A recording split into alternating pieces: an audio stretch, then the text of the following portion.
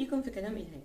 من أكتر الحاجات اللي بتسبب لنا ألم نفسي هي الذكريات القديمة، الذكريات المدفونة جوه اللي بعيد قوي قوي عن أي إدراك لينا، لكن في وقت معين وإحنا كده مش واخدين بالنا وقاعدين المفروض إن إحنا عاديين ومبسوطين، تطلع ذكرى منهم تنغص علينا حياتنا ونبقى مش عارفين خالص نرجع تاني للمود اللي كنا فيه، ونفضل متنكدين لفترة كبيرة ونقلب نفسنا. عملنا كذا، كان المفروض نعمل كذا، المفروض ما كناش نتصرف بالشكل الفلاني، احنا زعلنا الشخص الفلاني ما كانش المفروض نعمل معاه كده.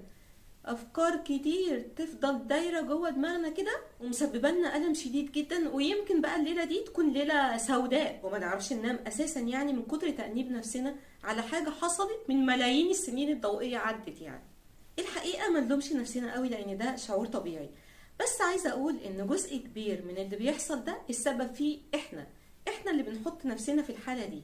ليه؟ لان كبتنا الذكريات اللي جوانا دي من زمان قوي ورجعناها ورا بعيد في اللاوعي وفي قاع العقل الباطن، لكن ما حاولناش نتسامح ونتصالح معاها ونقعد مع نفسنا كده ونحاول نتقبل اللي احنا عملناه زمان ده. لكن العكس احنا بنعمله، دايما بنحاول نكبت الذكريات القديمة دي وما نحاولش نفكر فيها خالص، لان احنا عارفين من جوانا ان الذكريات دي بتسبب لنا ألم. فبالتالي بدل ما نشوف مصدر الألم ونحاول نحله، بالعكس بنغمض عينينا تماما ونحط راسنا زي النعامه في الرمل ونقول لا لا لا، لما نحاول ننسى الذكريات دي اكيد هتختفي. للاسف مش بتختفي وتفضل متخزنه جوه عقلنا الباطن وتفضل مصدر لتنغيص حياتنا طول العمر.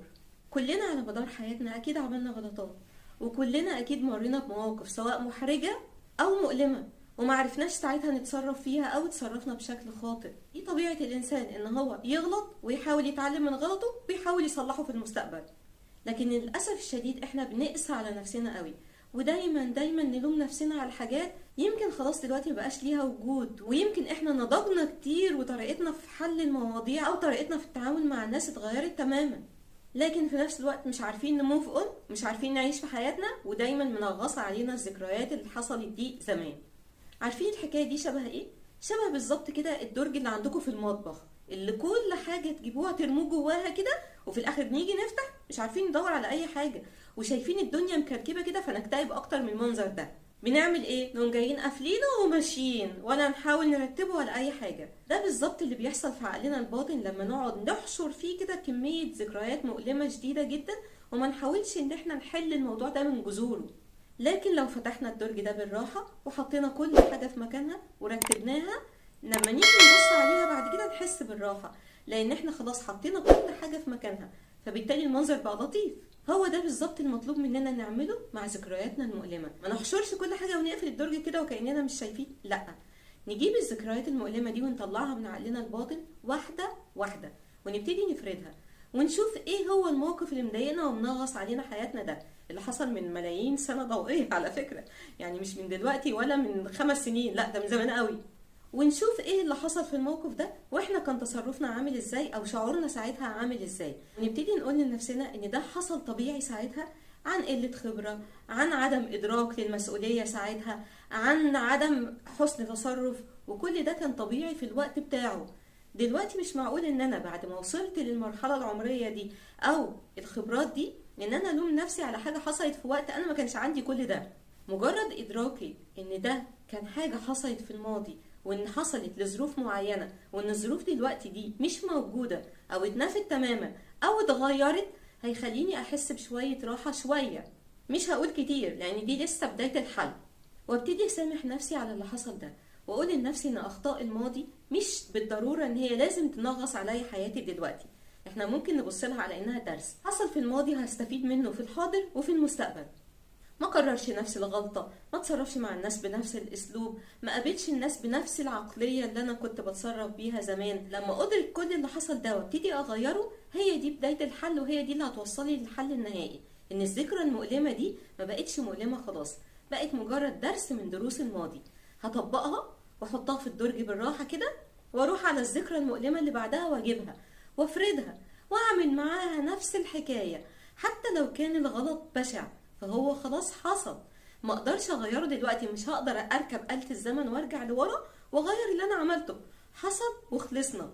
التركايه بقى اللي هتخليني سعيده في المستقبل اني ما اكررش الغلطات دي. يبقى ما عملتش حاجه لو نفس الغلطات دي كررتها تاني، وهتفضل نفس الدايره بقى موجوده وشغاله. غلطه الم نفسي، غلطه الم نفسي، دايره ما اتحلتش. لكن لو غلطه والم نفسي ومواجهه المشكله وحلها، يبقى انا كده وصلت لبر الامان. هو ايه سبب معظم المشاكل النفسيه؟ هو اللي انا بقول عليه دلوقتي ده، ان المشاكل بتفضل من غير حل، تفضل موجوده ومكبوته جوانا في عقلنا الباطن، واحنا عمالين نضغط على نفسنا قوي عشان ما تطلعش على السطح كده. بتطلع في اكتر وقت احنا ما كناش محتاجينها فيه ان هي تطلع. زي بالظبط ما نفتح درج الهدوم بتاعنا اللي احنا كنا مكركبينه وتقع كل الهدوم على دماغنا، بقى احساسنا ايه ساعتها؟ متغاظين جدا طبعا. هنا بقى احساسنا بيبقى افظع، بيبقى احساس الم نفسي بشع.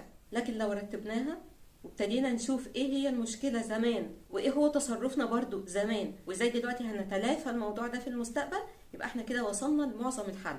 وشويه بشويه هتبتدي الذكريات دي تقل حدتها شويه، يبتدي الالم اللي كانت مسببه لنا يقل شويه بشويه لحد ما نوصل للهدوء الكامل.